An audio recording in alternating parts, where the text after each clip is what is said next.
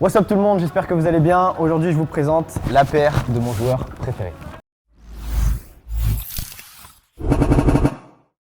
Ok les amis, j'ai une boîte en main. Aujourd'hui je suis chez Marmont Sport, une boutique que vous avez sûrement dû voir dans Relookics, qui m'a proposé aujourd'hui de vous présenter une paire iconique, une paire reconnue chez Reebok. Vous avez reconnu le logo, c'est Allen Iverson, aka mon joueur préféré, aka le joueur qui a changé le game en NBA. Et aujourd'hui je vous propose de découvrir sa paire.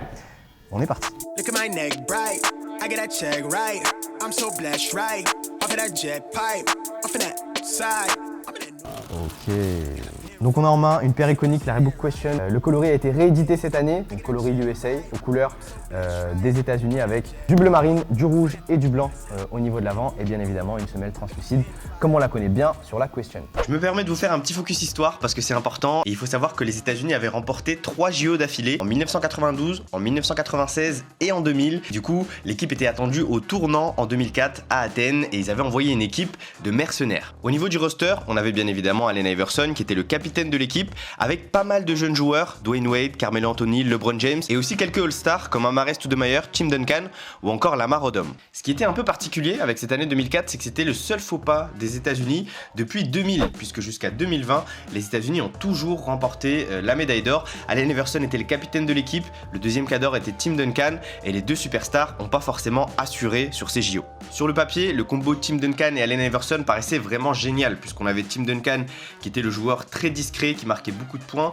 et qui pouvait complètement matcher avec la personnalité fulgurante d'Allen Iverson, hyper extravagant, foufou, crosseur, tireur et qui aurait pu complètement mener les États-Unis vers l'or. Mais finalement, on a pu assister à des matchs très timides avec un Iverson qui n'a pas pu forcément avoir assez d'espace pour s'exprimer et un Tim Duncan qui était complètement encerclé dans la raquette. Donc pour ceux qui connaissent l'histoire, vous savez que les États-Unis ont perdu contre l'Argentine en demi-finale et ont remporté la petite finale contre la Lituanie pour repartir avec la médaille de bronze. D'un point de vue histoire, ça restera comme l'un des plus gros loupés dans le basketball américain. Je trouve ça quand même assez stylé de pouvoir rééditer un modèle, non pas que ça rappelle une mauvaise histoire, et quand on raconte l'histoire d'un joueur aussi iconique, on pouvait pas passer à côté de cet épisode. La première chose qui me saute aux yeux quand je vois cette paire, c'est déjà un peu l'aspect massif. La paire est hyper mastoc et aujourd'hui c'est une paire qui a été rééditée et portée en lifestyle. Les joueurs ne la portent plus forcément pour jouer au basket, ils la portent pour avoir du flow. On a des tailles en mid, en low, avec énormément de couleurs. Elle est rééditée quasiment chaque année par Reebok et c'est un peu le modèle qui se vend le plus auprès des fans d'Allen Iverson, des personnes qui découvrent l'histoire autour de la Question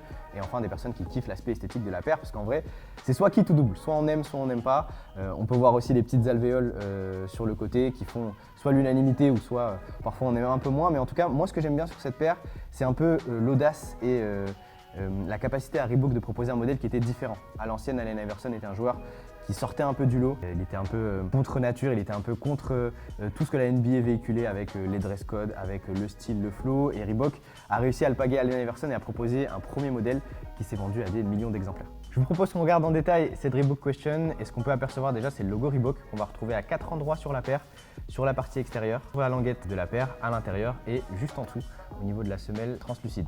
Ce qu'on peut apercevoir d'autre, et je vous en ai parlé un petit peu, le numéro 4 que portait Allen Iverson lors de sa participation au JO en 2004 avec les États-Unis et le logo avec le Question qui est positionné au niveau du support au talon. Petite subtilité, on peut aussi apercevoir la mention Reebok qui est positionnée sur tous les passants à lacets, donc on a les différentes lettres, le R, les deux E, le B, le O et le K, qui vont renforcer un peu cet aspect quali parce que la paire, je la trouve hyper qualitative, que ce soit au niveau du cuir positionné à l'avant, au niveau du nubuck un peu sur l'empeigne ou le mesh sur la partie de la languette. Je trouve que c'est une paire qui est ultra qualitative. Alors oui, elle n'est plus forcément portée sur les parquets, mais je pense qu'elle est assez durable et qu'elle peut se porter pendant plusieurs années si on la porte en lifestyle. Petite différence aussi, c'était au niveau de l'amorti où Reebok a lancé un amorti assez spécial, le Exalite, qui a été proposé sur la paire. C'est des petites alvéoles, on dirait que c'est un nid d'abeille qui est positionné sur toute la paire et qui était censé apporter de l'amorti et du retour d'énergie, puisque toutes les petites alvéoles sont imbriquées les unes dans les autres et permettent de redonner un peu un retour sur chacun des sauts. Alors je vous avoue que je ne l'ai pas forcément testé, mais pour l'époque on misait souvent sur les technologies un peu farfelues et je pense que l'effet avait marché sur tout le monde. Au niveau de la semelle extérieure, on a du caoutchouc qui est également positionné sur un revêtement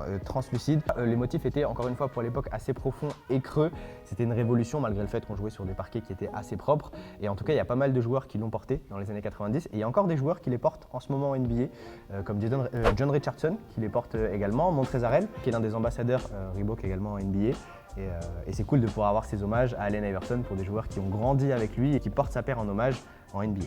Pour information, la paire est vendue au prix de 160 € sur le site de Marmont Sport. On a des pointures qui vont du 40 au 46. Dans le coloris USA, bien évidemment, pour ceux qui habitent en Ile-de-France, n'hésitez pas à passer en magasin pour tester la paire parce qu'il faut généralement prendre une demi-taille en dessous. Et pour ceux qui sont intéressés, je vous mets le lien juste en dessous dans la description. N'hésitez pas à me dire ce que vous en pensez en commentaire de cette Reebok Question. Moi, je pense que le coloris USA fait partie des coloris que je préfère. Ce que je vous propose, c'est que je vais enfiler le modèle. Avant de passer à l'essayage, je vais appeler Baptiste qui va venir à côté de moi, qui a participé au Relooks X. D'ailleurs, si vous n'avez pas vu la vidéo, n'hésitez pas à aller la checker et qui va me donner un peu son avis sur la paire. Dis-moi ce que tu penses un peu de ce modèle. Reebok Question, déjà, est-ce que ça te parle? Est-ce que c'est ta génération? Non, bah pas du tout. Hein. En vrai de vrai, on va même pas se mentir. Non, la Iverson, en vrai, moi j'aime beaucoup, mais comme tu as dit, c'est pas ma génération. J'ai pas grandi avec lui, mais évidemment, on est reconnaissant qu'il a changé le game, ça, on le sait très bien. Concernant la paire, bah, franchement, le délire vintage, un petit peu, moi j'aime bien. Après, elle est balèze, hein, je vais pas te mentir, mais. Faut savoir la porter en fait. Ouais, c'est ça, c'est ça. Si tu trouves le bon truc, je pense que ça doit être bien carré. Toi qui avais testé les Reebok Question pour le Relooks X, qu'est-ce que tu en avais pensé de cette paire? Bah, elle est confortable de ouf et elle te maintient bien. En tout cas, elle monte bien et c'est plutôt agréable de la porter. De ouf. Ce que je disais tout à l'heure, c'était que c'est une paire qui est portée maintenant beaucoup plus sur le monde lifestyle et que les gens arrivent à la placer avec des flows assez différents. Aujourd'hui, moi je la porterai pas forcément sur les parquets. En tout cas, je trouve que c'est peut-être l'une des paires qui te permet encore en 2021 de te démarquer par rapport aux autres parce qu'on retrouve les mêmes paires partout dans la rue, tout le monde porte les mêmes modèles et en fait d'avoir une Reebok Question, je trouve que tu sors un peu du cadre que ce que les gens ont l'habitude de mettre. Carrément. Sinon, tu valides le modèle en vrai. Ah, le modèle est validé, hein. Même la couleur, tout ça. J'aime bien. Ok. Ce que je te propose, c'est que je vais enfiler la paire et tu me donneras une petite note. D'ailleurs, vous aussi dans les commentaires, mettez-moi une petite note sur comment la paire me va. Je vais l'enfiler maintenant tout de suite. Let's go. No, I really can't complain. Wave. Everything is straight. Wave.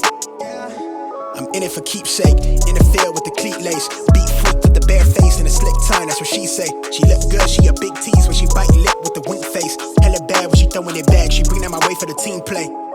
For Pete's sake, I'm above average, I padded my stats. I gotta matter what he say. I'm the 2010 young LeBron James off the backboard, type of bad boy. Hold it down for the task force. If I run his fade, then you ask for it. Niggas cross need to laugh more. I keep it 100 on dashboard. The live show needed passport, cause the beat bounced to the cap torn. Feel like I live it, fast forward, but I asked for it. Misfit, got a quick lit on a crash course from the tattered garment to the tabloid. Spoke how I live it into existence. Might be ahead of myself, but the bank account did jump up a couple figures. Feel like nobody could fuck with us. I'm a flight risk. I play among the stars in the Hollywood Hill, the space station couldn't even get in touch with me. Praise faith that I stuck with it.